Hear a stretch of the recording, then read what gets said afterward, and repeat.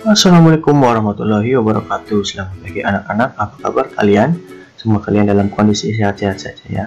Pada hari ini kita akan melanjutkan pembelajaran tema 6 kelas 6. Namun sebelumnya kita berdoa terlebih dahulu agar apa yang kita pelajari nantinya dapat kita pahami dan tentunya bermanfaat.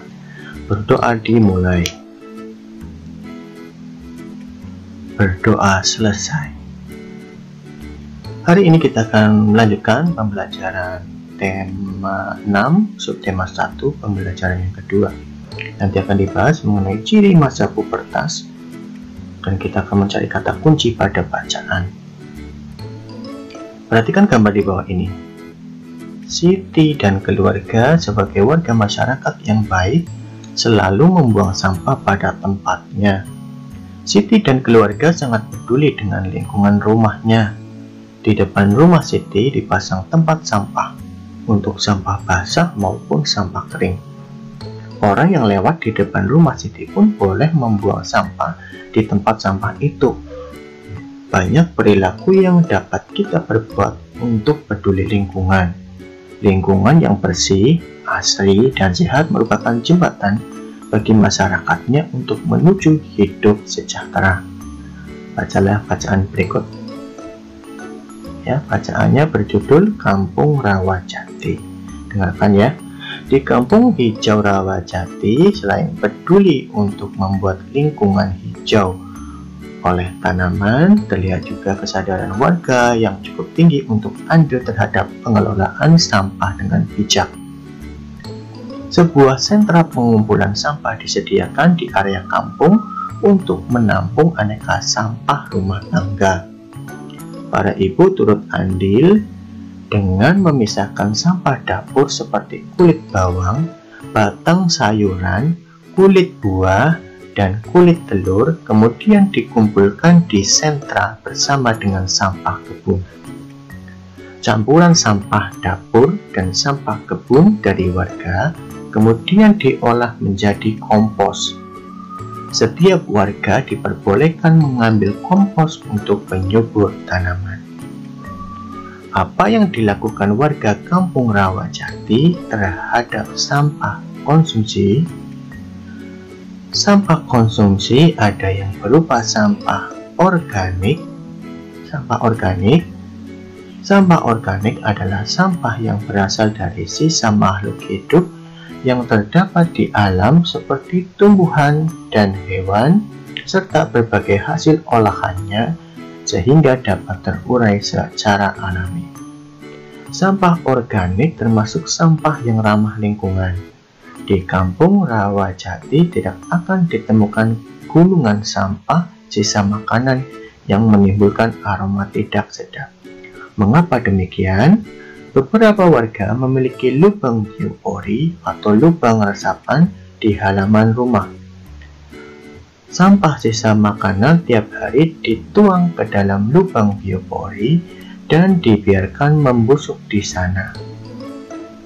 Ketika kelak membusuk, sampah-sampah tersebut akan menjadi penyubur tanah di sekitarnya. Ada juga sampah konsumsi berupa sampah anorganik, yaitu sampah yang tidak akan dapat terurai oleh bakteri secara alami. Beberapa contoh sampah anorganik adalah sampah-sampah plastik yang kita gunakan dalam kehidupan sehari-hari seperti botol kemasan plastik, botol kaca, besi, serta barang tak terpakai lainnya. Warga Rawajati memiliki bank sampah sebagai tempat menyetorkan sampah-sampah jenis ini. Setiap minggu, sampah yang terkumpul di sentra diambil oleh beberapa pengepul untuk dibawa ke tempat pengolahan akhir. Pengelolaan bank sampah mengeluarkan daftar harga beli untuk tiap kilogram sampah yang disetorkan warga. Semakin banyak warga menyetorkan sampah, tentu semakin bertambah pula saldo tabungan sampahnya. Selain mengurangi tumpukan sampah, warga pun senang karena memperoleh manfaat dan keuntungan berupa uang dari sampah yang dihasilkannya. Bahkan, beberapa anak memiliki tabungan sampahnya sendiri. Mereka berlomba mengumpulkan botol dan kemasan plastik untuk menambah saldo tabungan. Sebagian dari sampah anorganik juga dikumpulkan warga untuk diolah menjadi aneka kerajinan yang bernilai jual. Vas bunga, alas gelas, dompet, serta tas dirangkai cantik dari aneka botol plastik dan kemasan bekas. Kegiatan ini dilakukan oleh beberapa ibu di waktu luang mereka. Mengisi waktu, mengurangi tumpukan sampah, dan menambah uang belanja tentunya menjadi hal positif yang bermanfaat bagi warga dan lingkungan. Selanjutnya, silakan anak-anak perhatikan dan amati gambar di bawah ini. Pada gambar ini ada dua gambar ya, gambar A dan gambar B. Kira-kira antara gambar A dan gambar B itu adakah perbedaannya? Adakah perbedaannya? Kira-kira ada perbedaannya? Ya, betul. Antara gambar A dan gambar B tentu ada perbedaannya. Coba lihat gambar A.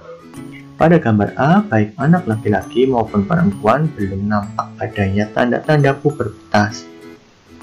Sedangkan pada gambar B, ciri-ciri pubertas pada anak sudah nampak. Remaja perempuan pada gambar sudah menunjukkan perubahan fisik seperti payudara nampak membesar, dan pada laki-laki telah muncul jakun dan dada menjadi bidang. Ya, ternyata ada perbedaan ya antara gambar A dan gambar yang B. Tahukah kamu masa puber? Masa puber adalah tahapan perkembangan manusia di mana pada masa ini terjadi perkembangan organ reproduksi. Anak laki-laki maupun anak perempuan akan mengalami masa puber. Untuk mengetahui ciri anak laki-laki dan perempuan pada masa puber dapat dilihat pada penjelasan berikut ini. Ciri-ciri anak perempuan pada masa pubertas. Yang pertama, tumbuhnya rambut halus pada ketiak dan alat kelamin. Yang kedua, suaranya menjadi melengking. Yang ketiga, payudaranya menjadi membesar. Dan yang keempat, pinggul menjadi membesar. Selanjutnya adalah ciri pubertas pada anak laki-laki. Yang pertama, sama, tumbuh rambut halus pada ketiak dan alat kelamin. Yang kedua, suaranya menjadi membesar. Yang ketiga, tumbuh jakun. Yang keempat, tumbuh kumis, jambang, dan janggut. Oke, itu tadi pembelajaran tema 6, subtema 1, pembelajaran yang kedua. Semoga bermanfaat ya. Wassalamualaikum warahmatullahi wabarakatuh.